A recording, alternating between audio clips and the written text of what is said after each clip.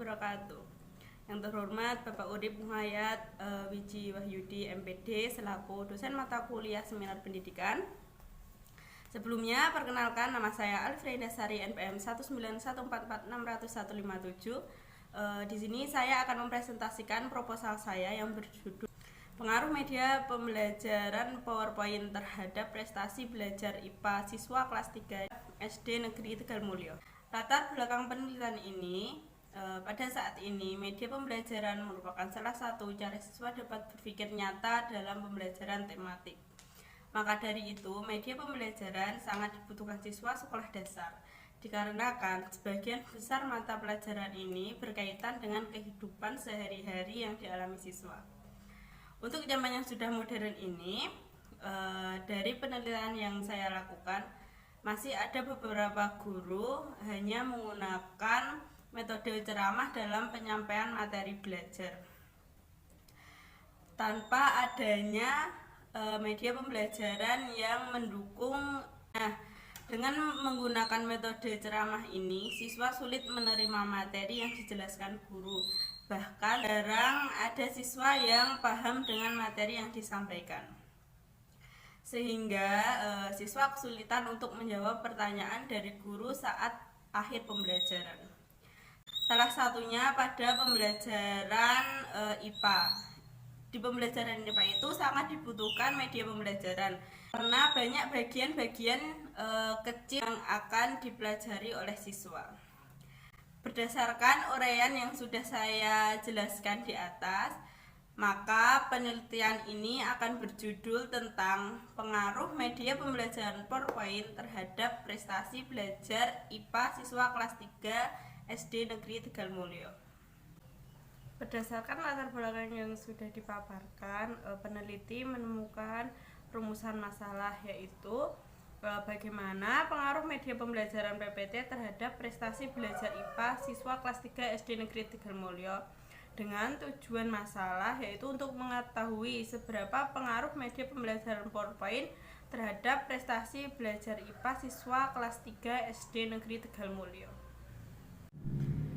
Untuk selanjutnya yaitu kajian teori. Di sini peneliti akan membahas 4 variabel. Yang pertama, prestasi belajar. Yang kedua, ilmu pengetahuan alam atau IPA. Yang ketiga, media pembelajaran. Dan yang keempat, PowerPoint. Yang pertama, prestasi belajar. Marsun dan Martinah dalam Xia Junjing berpendapat bahwa prestasi belajar merupakan hasil kegiatan belajar, yaitu sejauh mana peserta didik menguasai bahan pelajaran yang diajarkan, yang diikuti oleh munculnya perasaan puas bahwa ia telah melakukan sesuatu dengan baik.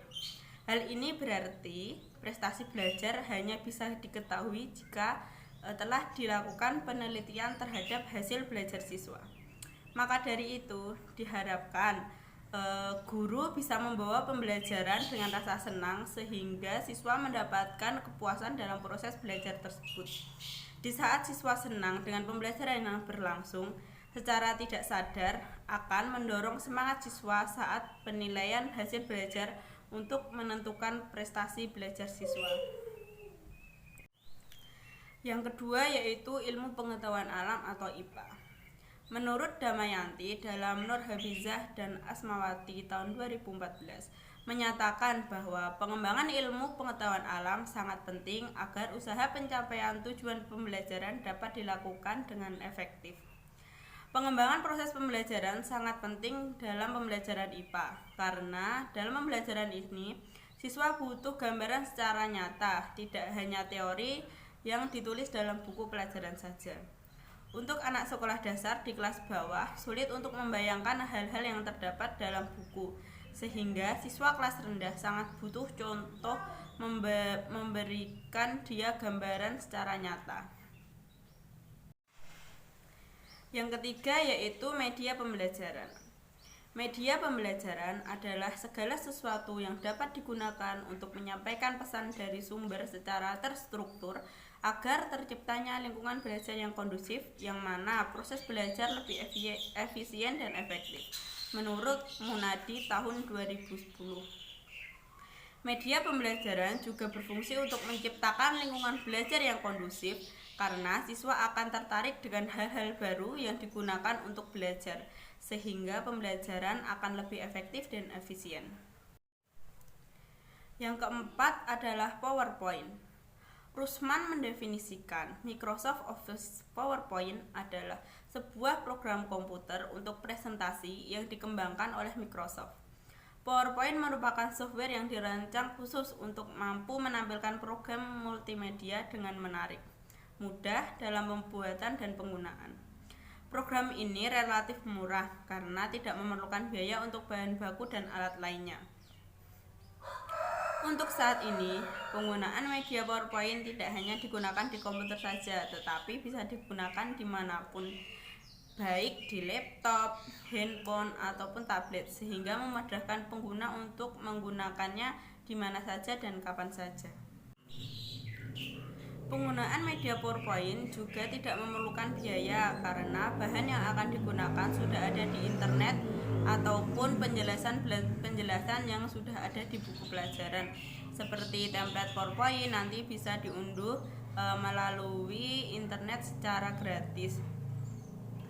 Nah, selanjutnya yaitu kerangka berpikir.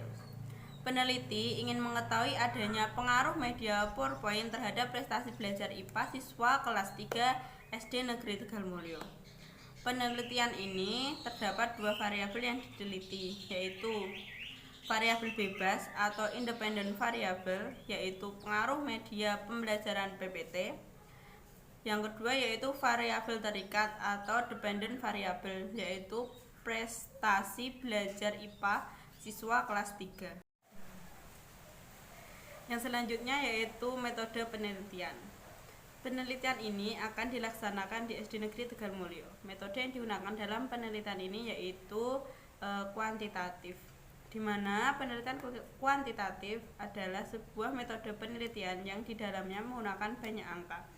Penelitian kuantitatif yang akan saya gunakan lebih tepatnya yaitu menggunakan kuantitatif eksperimen atau percobaan yang dilakukan secara terencana, sistematis, dan terkontrol dengan ketat.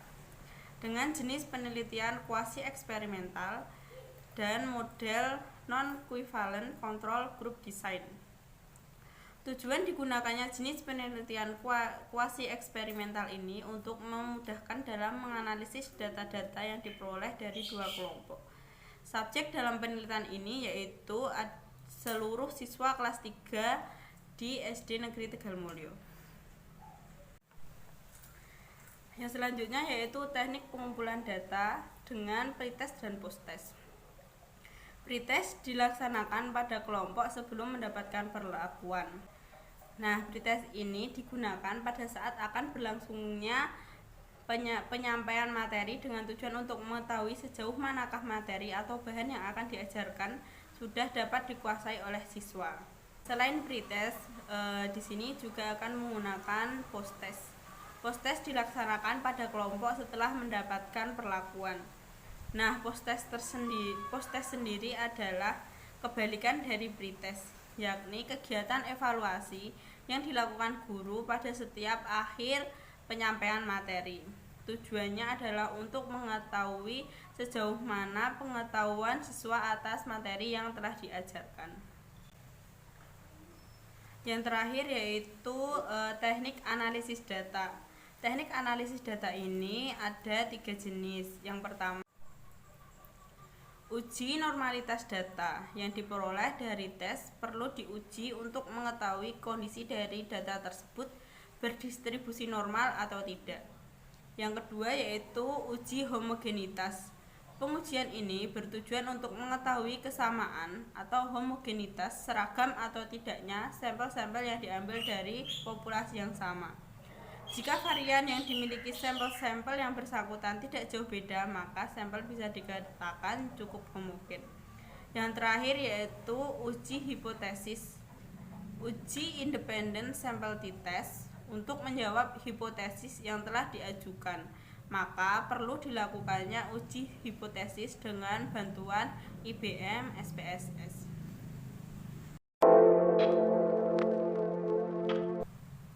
Sekian Sekian presentasi dari saya. Apabila ada kurang dan salahnya saya mohon maaf. Saya akhiri. Wassalamualaikum warahmatullahi wabarakatuh.